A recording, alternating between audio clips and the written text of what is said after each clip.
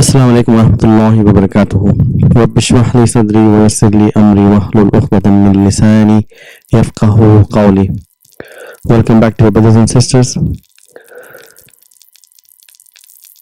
Going forward in our class, today's class is dedicated to all those innocents' life which are being taken away unjustly in different parts of the world.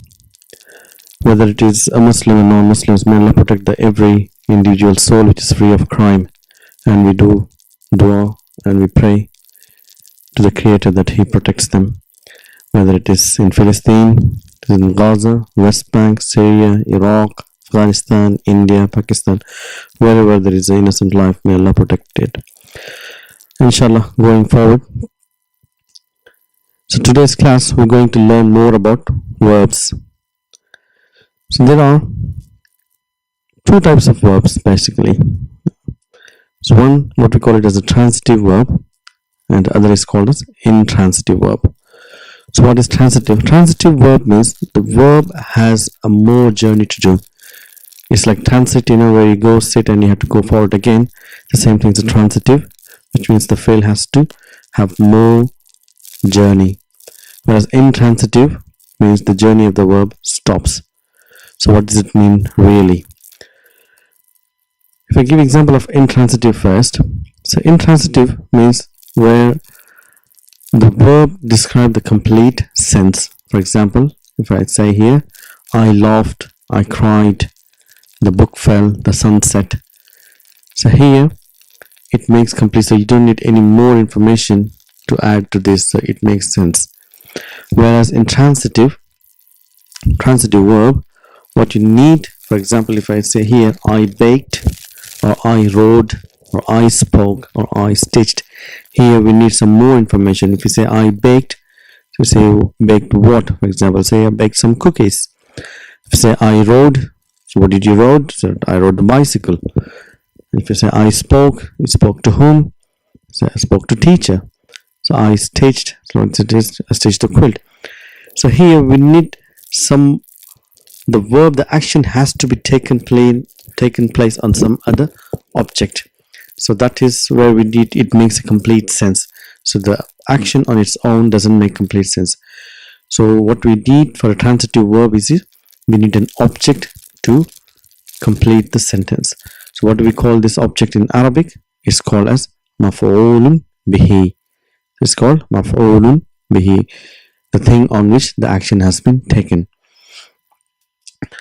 So if we give example of what we call this intransitive and transitive in Arabic.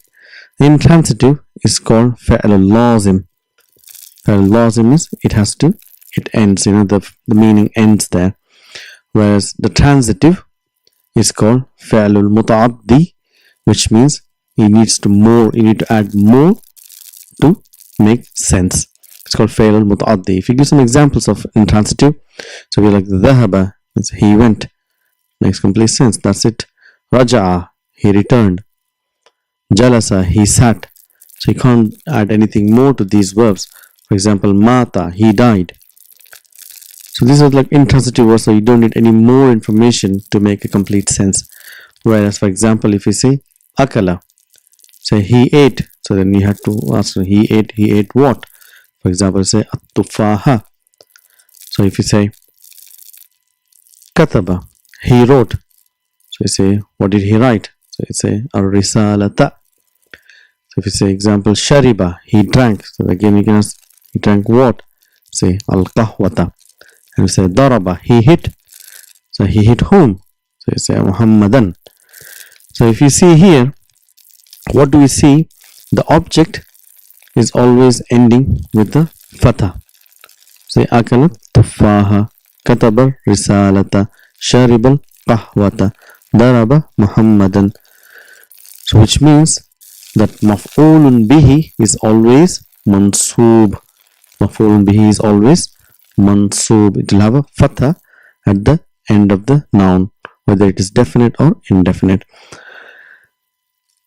So when do we know that fa'al is fa'al muta'addi? So maf'ulun bihi, it always comes in fa'al muta'addi. It doesn't come in fa'al lazim. because there the journey ends, you don't need anything more. So when do we know the fi'l is muta'addi? So when we can ask two questions when an action is mentioned, like what and whom, then we know that action, that fi'l, that verb is a transitive, or it's a fi'l muta'addi. For example, if we say Sa'ala Hamidun, so Hamid asked. So we say Hamid asked what? So we can say as-su'ala. See, Hamid asked the question. So if you say Sa'ala Hamidun, again is Hamid asked. So we say asked whom? Then we can bring an object. We say Hamid asked the teacher, al-mudarris. So this mansoob, a fatha ending noun, that tells that's a mafulun bihi, and the fa'il will always have a sign of dhamma. It's very important to recognize the sign of dhamma and fatha to know what is fa'il and what is mafulun bihi. So going to the normal sequence, I mean, we learned in the last class that the normal sequence of a jumlatul fa'iliyah is a fa'il, fa'il and mafulun bihi. For example, we say daraba Hamidun Bilalan. So we have fa'il, fa'il and maf'ulun bihi, bilalan, upon which the action is taken. But when we translate, so what do we bring? We bring fa'il first, then we have fa'il, then maf'ulun bihi. So this is a translation sequence. So whenever we are reading and we're trying to translate in our own language, we always look for the fa'il, then you translate the fa'il, and then you translate the maf'ulun bihi. So here we'll say Hamid hit Bilal. That's how we translate. So coming to another relationship today, we're going to learn a new relationship between the fa'al and damirun muttasilun. So if we remind ourselves that there are two types of damir munfasilun, detached pronouns, which are always marfu, which is huwa, huma, hum, hiya, huma, hunna, anta, antuma, antum, anti, antuma, antunna, ana, nahnu. These are detached and they are marfu form. So, and we know damir muttasil is either mansoob or majroor form. So just to see how the damir muttasil is written, so if we just see here, huwa is written in this fashion, huma, hum, hiya is ha, huma is huma, hunna will remain hunna, and from anta it becomes ka, and antuma will become kuma, antum will become kum, anti will be ki, antuma is kuma, antunna is kunna, ana is ya mutakallim, nahnu is na. So these are all damir muttasil. So how do we use this damir muttasil in a jumlatul fa'iliyah? So if we know that a pronoun attaches itself to different situations, so if we just listen to this and remind ourselves. Okay. When the pronoun joins a noun, you get mudaf, mudaf ilayhi. When the pronoun joins preposition, we get jarun wa majrurun. When the pronoun joins a zarf, we get zarf wa mudaf ilayhi. Now this is what.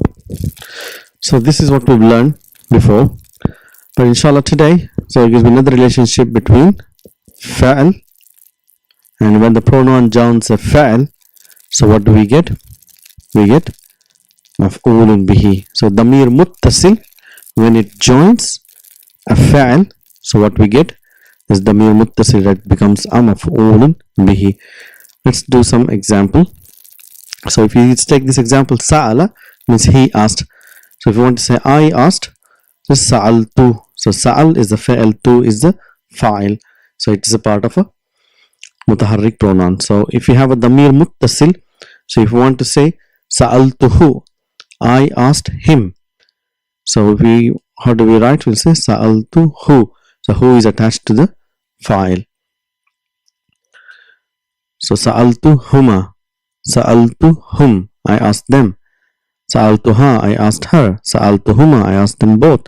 Sa'altuhunna, I asked them all women. Sa'altuka, I asked you.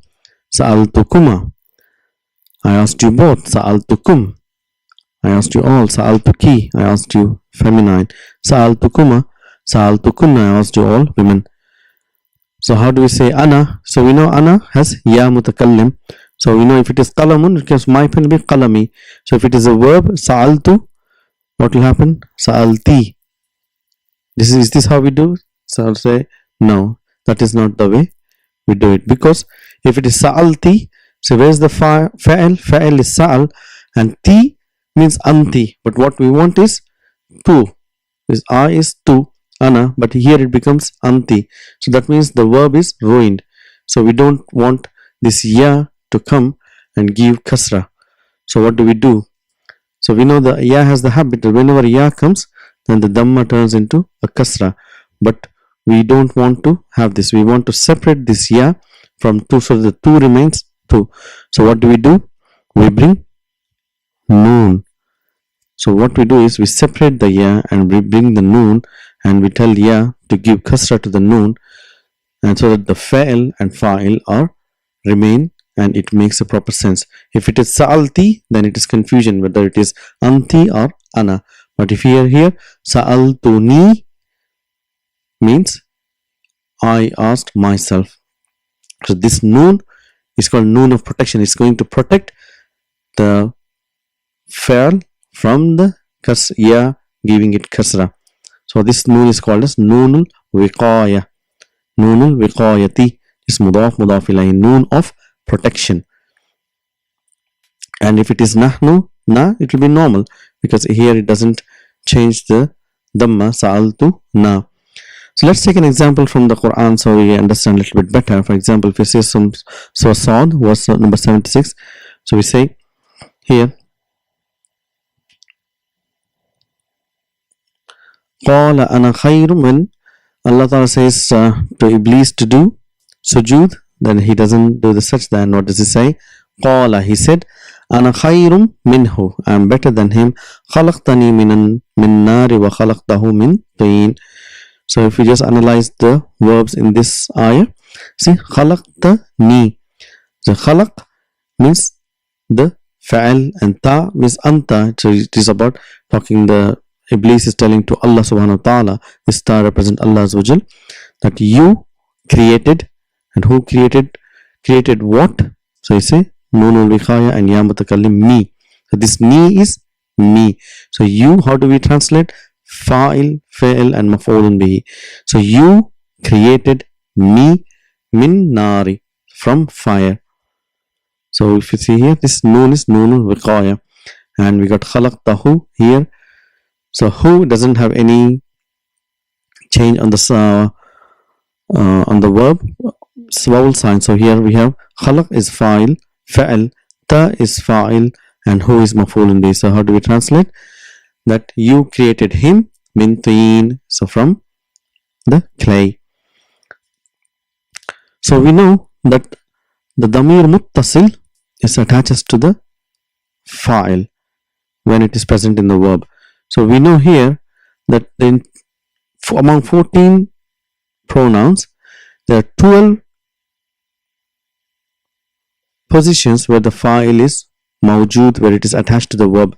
However, in huwa and hiya forms, the fa'il is mustatir, or it can be mawjood. If it is mustatir, no problem, because the maf'ulun bihi will attach to the verb. But what about if the fa'il is mawjood? So where will this maf'ulun bihi gets attached itself? So if I give an example here, say daraba hamidun bilalan. So we got here fa'il, fa'il and maf'ulun bihi. So instead of maf'ulun bihi, if you want to use damir muttasil, so we want to attach pronoun, we want to use the attached pronoun. So where do we attach it?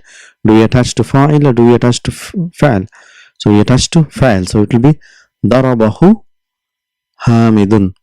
So what's the sequence here now? We got fa'il, maf'ulun bihi and fa'il. But when we translate, how we translate? We translate as fa'il, fa'il and maf'ulun bihi. So it will be Hamid hit him. So I'll take another example. Sa'al al-talibu al-mudarrisa. See, who asked? The student asked the teacher. So instead of the teacher, we want to use the pronoun who. So where do we attach? So we say Sa'alahu talibu. So how do we translate this? The student asked him. So this is the sequence. So if we just take a final example from the Quran to understand this. So this is from Surah Al-Baqarah. Say, وَإِذَا سَأَلَكَ عِبَادِي أَنِّي فَإِنِّي قَرِيبٌ. So here we are just going to analyze the verb and the fa'il, fa'il, maf'ulun bihi. So iza we're just going to translate. We're not done this, we'll do it later. So iza means when. So sa'alaka. So where's the fa'il? Sa'ala. So he asked. So what is this ka? Damir muttasil. Maf'ulun bihi. Mansubun means you, and we're looking for the fa'il. So where's the fa'il? So we know here ibadi is actually ibadu plus ya mutakallim is mudaf ilayhi. So it becomes ibadi. So my slave. So how do we translate? When my slave ask you. So it is a fa'il, and maf'ulun bihi. So with this concept, inshallah, we will be able to understand more in the Quran. And what we're going to do a lesson in the next class, and we're going to understand more and practice more, inshallah. Assalamu alaikum wa rahmatullahi wa barakatuhu.